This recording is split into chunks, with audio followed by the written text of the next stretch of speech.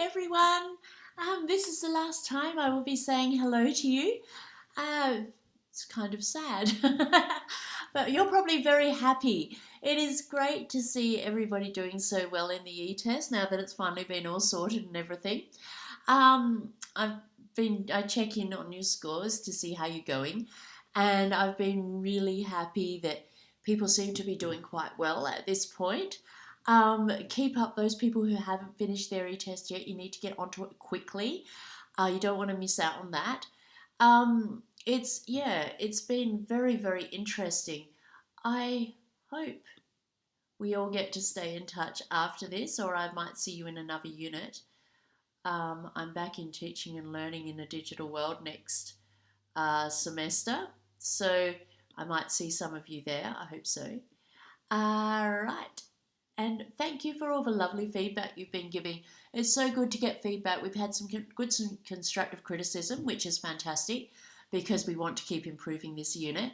But it has also been lots of really lovely feedback. So thank you very much for that. That's very nice. And I've loved doing this. I think it was great having the discussion groups for the assignments because we had so many people turn up. And I could see when I was marking your assignments that what I said actually fed through. So that made me feel really happy and made it feel like it was very much worthwhile. And hopefully you got something out of that. I'm going to go through for the last time, as I said last week, people's answers and questions, just so we can discuss them a little. Garanji, I've got 2 because I'm going 2 weeks for you. Why should a teacher begin to think about the student and not the assessment when interpreting standardized assessments? Now, standardized assessments are something that's very, very topical. I'm sure you can all think of some that a lot of people talk about. Standardized assessments are really a snapshot of that child on that day and how they went. So generally, teachers know a lot more about the student than just that snapshot.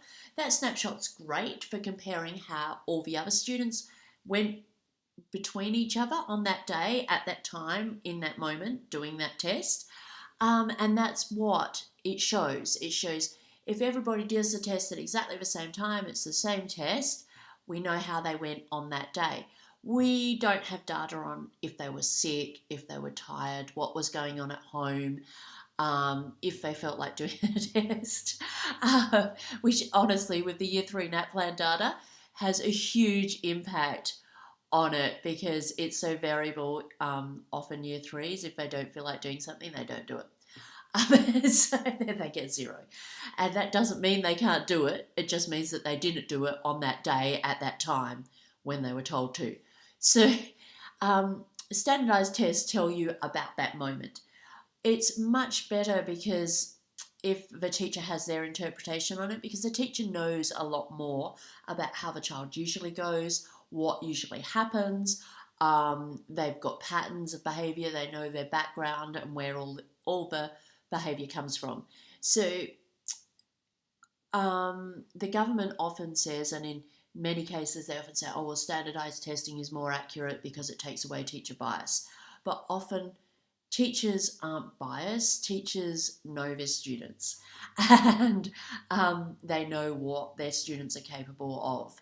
So you could look at it either way. Statistically, maybe a standardized test works well because there's less bias, there's less difference.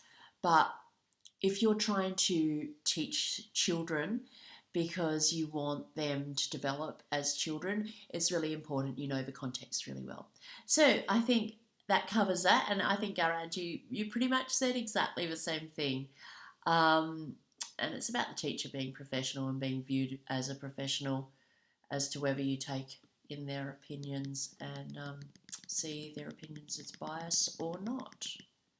Now we'll go down to this week's answers, and I noticed we had a couple.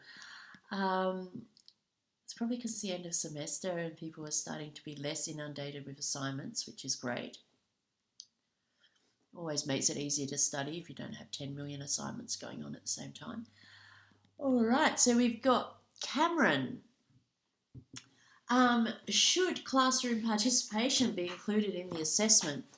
Now, Cameron has discussed his own child, who's very clever and shy. And this is often the case. You often find clever children are shy. Sometimes they're not, but it's quite frequent that happens. And he's saying that classroom participation shouldn't be included in the assessment. Um, and I think,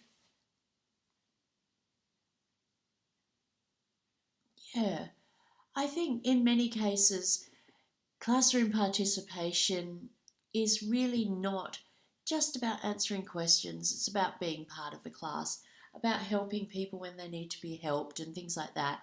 I think classroom participation is almost something that is assessed on its own. Like you can assess maths, you can assess spelling, you can assess HAS, you can assess science, and how well they are going in that. But classroom participation is almost like maybe emotional intelligence, as we discussed before, and you could assess classroom participation almost as its own thing. I don't know what everybody else thinks about that. I know there are heaps of lecturers at uni that think classroom participation should be a big part of the assessment because otherwise students don't attend class. But I think that, they could attend the class and not actually participate. So there's a lot of what exactly classroom participation means as well, would be something we need to discuss in there. And then I know with classroom participation, cultural and diversity and how you're taught within your culture to participate also has a big impact on it. So depending on where the teacher comes from and where the students come from, it could be very varying ideas of how you should be participating in a classroom. Garanji, I'm not sure you've answered various stakeholders such as governments. Here we are. How are the concerns of different stakeholders, students, parents, teachers, similar and or different? So if we have a look down here, Garanji's written, there are various educational stakeholders such as government, school principals, teachers, parents and students. In order to see how Australia is going in terms of education in relation to other countries, the Government and Department of Education has created standardised tests. So the standardised tests we use in Australia are really just about comparing us to Australia, so comparing the states and comparing the schools. They have no bearing on the PISA results, which are a standardised test that's developed internationally. However, there are a few different variations on standardised tests, and a lot of people don't really. The PISA results are very varied because different countries have come in at different times, and different countries have different rules for which schools should be participating in PISA testing. So there are some countries that choose which schools will go into PISA testing. There are some countries that let all the schools go into PISA testing. So you can imagine that that's going to influence the results as well. And it really depends when you look at that. It's so hard to do any of these comparison testings with each other. The stakeholders, as Garanji said, parents are then concerned about the pressure that this puts on children, and that education is not meant to be about stress of testing. Education is meant to be about learning.